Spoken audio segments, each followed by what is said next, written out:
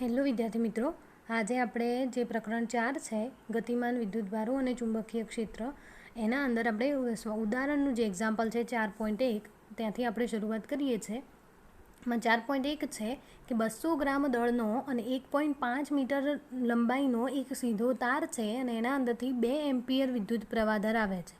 તો તેને સમક્ષિતિજ અને સમાન ચુંબકીય ક્ષેત્ર બી આકૃતિમાં દર્શાવ્યા અનુસાર હવામાં લટકતો જો રાખીએ તો એનું ચુંબકીય ક્ષેત્રનું મૂલ્ય કેટલું હશે. બરાબર, અહીંયા શું છે, એક લાંબો સીધો તાર છે અને એ સીધા તારને હવામાં લટકેલો રાખવામાં આવે છે અને એના માટે આપણે ચુંબકીય ક્ષેત્રનું મૂલ્ય શોધવાનું છે. બરાબર, તો અહીંયા જુઓ કે એલ લંબાઈનો જે તાર એનું દળ કેટલું છે, એમ જેટલું દળ છે આપણે ઉધારી દઈએ અને એ એમ જેટલું દળ છે એટલા માટે એને અધો દિશામાં ગુરુત્વાકર્ષણ બળ લાગશે. અધો દિશામાં એટલે નીચેની દિશાના અંદર ગુરુત્વાકર્ષણ બળ લાગે છે અને એ કેટલું લાગે છે, એફજી બરાબર એમજી જેટલું ગુરુત્વાકર્ષણ બળ લાગે છે.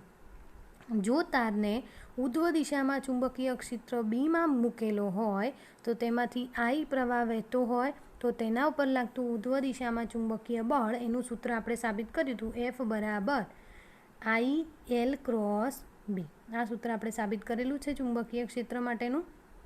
બરાબર, તો જો આપણે નીચેની બાજુ કયું લાગે છે, ગુરુત્વાકર્ષણ બળ, અને ઉપરની બાજુ એ ચુંબકીય બળ લાગતું હોય તો એ ચુંબકીય બળનું સૂત્ર એફ બરાબર આઈ કૌંસમાં એલ ગુણ્યા બી, એ પ્રમાણે આપણે સૂત્ર લખી શકીએ. પરંતુ અહીંયા જે એલ છે, એલ કઈ દિશામાં છે, અહીંયા, અને ચુંબકીય ક્ષેત્ર કઈ દિશામાં લાગે છે, ઉપરની બાજુ. તો બંને કેવા છે, એકબીજાને લંબ છે. લંબ છે એટલે ખૂણો કેટલો બને, થીટા બરાબર 90 ડિગ્રી. તો અહીંયા તમારે જો ક્રોસ ગુણાકાર ના લખવો હોય તો તમે એને સાઇન થીટા લખી શકો આ રીતે, I L B sine theta, પરંતુ સાઇન 90 ડિગ્રી, સાઇન 90 ડિગ્રી તો કેટલા થશે, 1. એટલે અહીંયા આપણે લખ્યું છે ખાલી એફ એમ બરાબર બી આઈ એલ જેટલું. બરાબર, હવે હવામાં લટકતો હોય એ દરમિયાન એનું વજન બળ કેટલું હોય છે, એમજી જેટલું એના ઉપર શું હોય છે, વજન બળ હોય છે એનું. જ્યારે કોઈ પણ પદાર્થ છે એ હવામાં લટકતો હોય તો એ ગુરુત્વાકર્ષણના કારણે એનું વજન બળ એ નીચેની તરફ લાગે છે. કેટલું લાગે છે, એમજી જેટલું.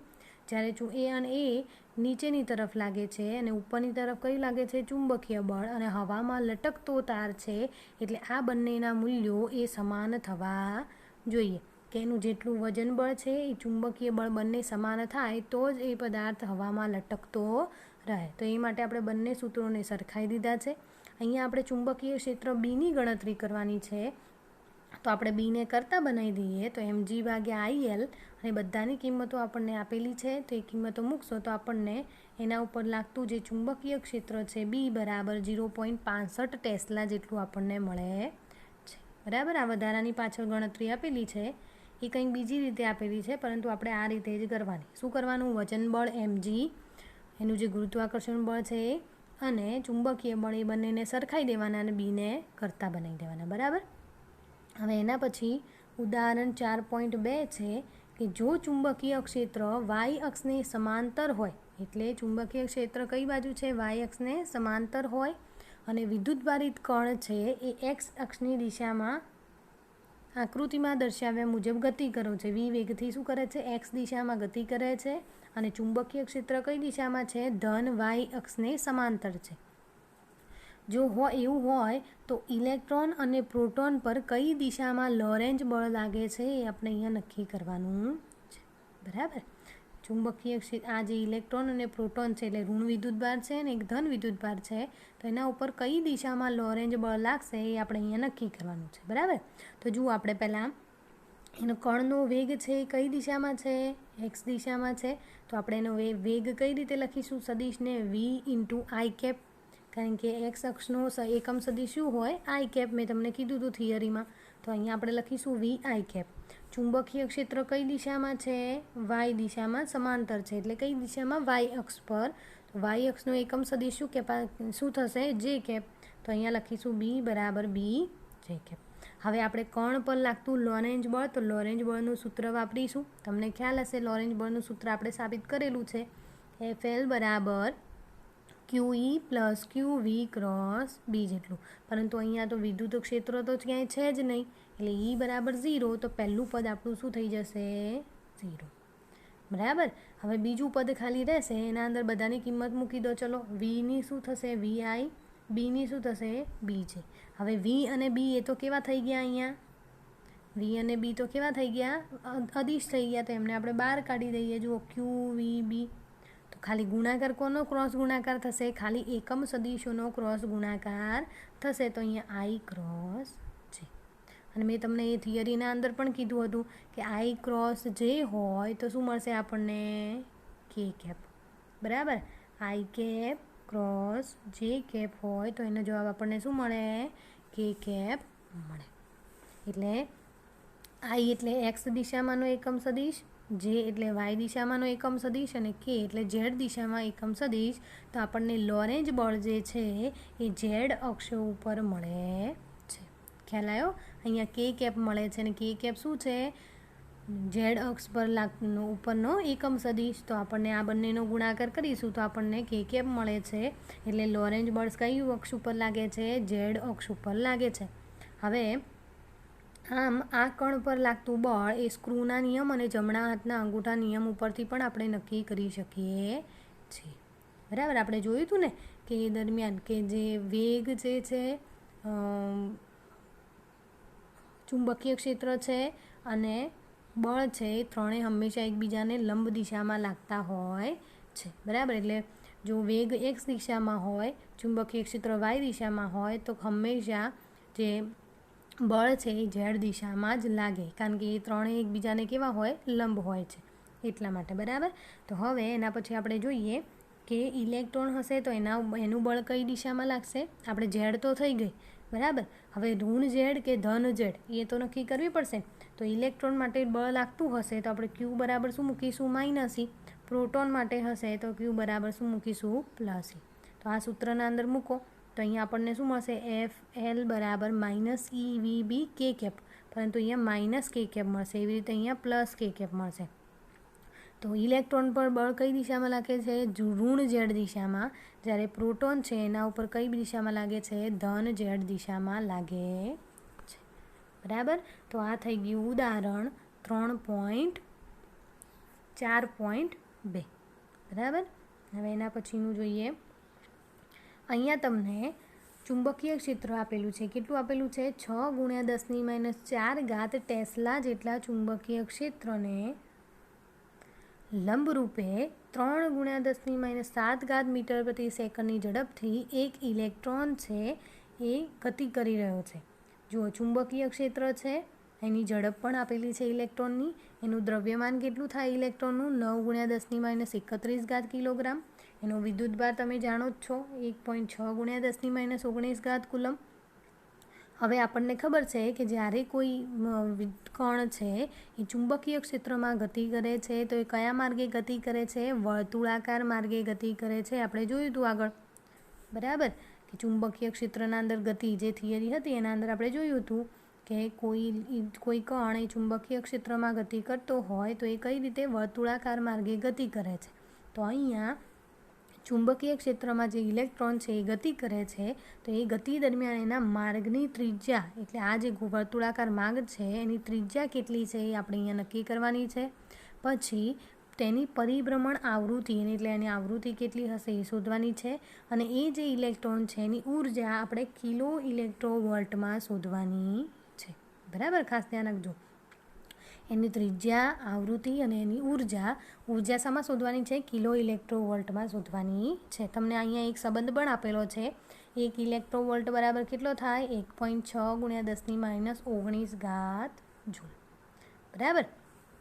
તો હવે આપણે અહીંયા બધાનું મૂલ્ય લખી દઈએ. જુઓ, અહીંયા તમને બી શામાં આપેલું છે? ટેસ્લાના અંદર આપેલું છે. અને આપણે જુઓ અહીંયા 6 બી બરાબર 6 × 10⁻⁴ ટેસ્લા.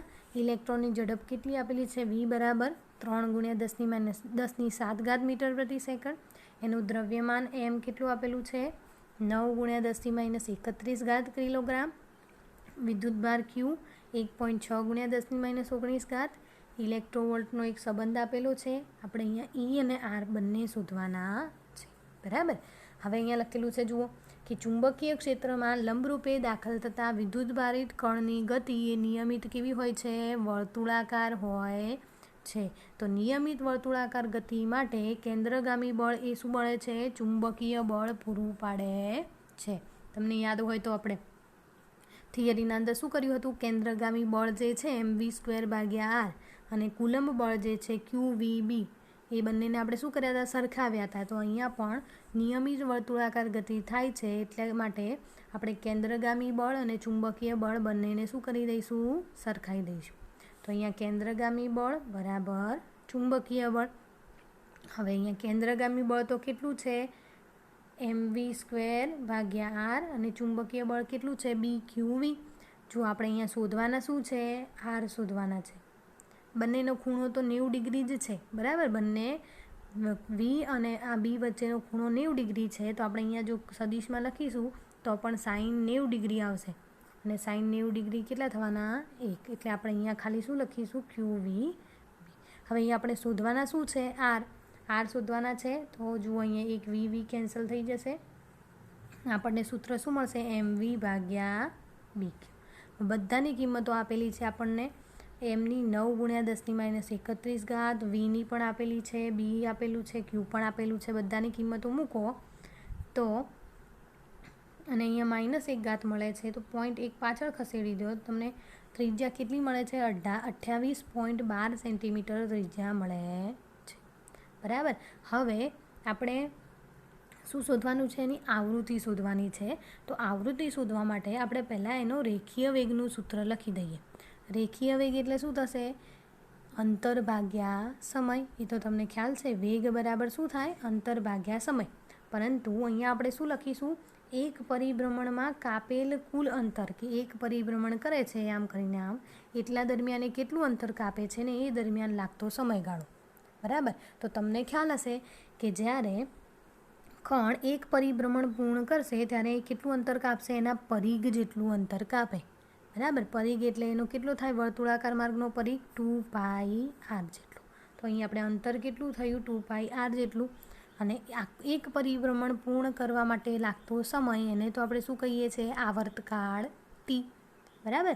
કે એક પરિભ્રમણ પૂર્ણ કરવા માટે લાગતો સમય એને શું કહીએ છીએ આપણે? આવર્તકાળ t. તો અહીંયા આ પરિભ્રમણ પૂર્ણ કરવા માટે લાગતો સમય એને શું કહીશું? t, બરાબર. હવે આપણને એ પણ ખબર છે કે 1/t હોય તો એને આપણે શું કહીશું? આવૃત્તિ. આવૃત્તિ અને આવર્તકાળ એકબીજાના કેવા હોય છે? વ્યસ્ત પ્રમાણમાં હોય છે. તો આપણે 1/t બરાબર શું લખીશું? v, બરાબર. તો આ સૂત્ર આપણને કઈ રીતે મળશે? 2πr × v. આ અહીંયા જે v છે એ આવૃત્તિ છે, અહીંયા v છે એ શું છે? રેખીય વેગ. હવે આપણે આવૃત્તિની જરૂર છે તો આવૃત્તિનું જે આપણે આવૃત્તિને કરતા બનાવી દઈએ તો આપણને શું મળશે? વેગ ભાગ્યા એટલે v/2πr. બધાની કિંમતો આપણને આપેલી છે તો એ પ્રમાણે આપણે કિંમતો અહીંયા મૂકીશું, બરાબર. જુઓ અહીંયા ત્રિજ્યા તમને કેટલી મળે છે? 28.12 સેન્ટીમીટર મળે છે. પરંતુ આપણે તો અહીંયા ત્રિજ્યા સામી લેવી પડશે મીટરમાં. તો આપણે એને 100 વડે ભાગીશું તો આપણને ત્રિજ્યા કેટલી મળશે? 0.28 મળે છે, બરાબર. તો એ પ્રમાણે બધાની કિંમતો મૂકી દો, જરૂર પડે ત્યાં કિંમતો મૂકી દો તો તમને એનો જવાબ મળશે 17.1 × 10⁶ હર્ટ્ઝ જેટલી આવૃત્તિ એની મળે છે. પરંતુ આપણે 10⁶ છે તો એને આપણે મેગા હર્ટ્ઝ પણ લખી શકીએ છીએ. 17.1 છે તો આપણે એને 17 મેગા હર્ટ્ઝ પણ કહી શકીએ છીએ, બરાબર. આ થઈ ગઈ એની આવૃત્તિ. હવે એના પછી આપણે એની ઉર્જા ગણીએ તો ઉર્જા માટેનું તો સૂત્ર આપણને ખબર છે. ગતિ ઉર્જા માટેનું શું છે? E = 1/2 mv². તો 1/2 mv² સૂત્રનો ઉપયોગ કરીશું. બધાની કિંમતો મૂકો તો તમને અહીંયા જે જવાબ મળે છે એ આપણને જવાબ શામાં મળશે? જૂલમાં મળશે. કેટલો મળે છે? 40.5 × 10⁻17 જૂલ. પરંતુ અહીંયા આપણે તો જૂલમાં શોધવાનો નથી, જવાબ શામાં શોધવાનો છે? કિલો ઇલેક્ટ્રોવોલ્ટમાં, બરાબર. તો પહેલાં આપણે એને ઇલેક્ટ્રોવોલ્ટમાં શોધી દઈએ. તો કઈ રીતે શોધીશું? તો 1.6 × 10⁻19 વડે ભાગી દો તો આ જે જવાબ જૂલમાં છે એ ઇલેક્ટ્રોવોલ્ટમાં થઈ જાય, બરાબર. તો આપણે બંનેને ભાગી દઈશું તો કેટલો મળશે આપણને? 25.3125 × 10⁻2 મળે છે. પણ આપણે કિલો ઇલેક્ટ્રોવોલ્ટ લેવાના છે એટલે 10³ કરીશું.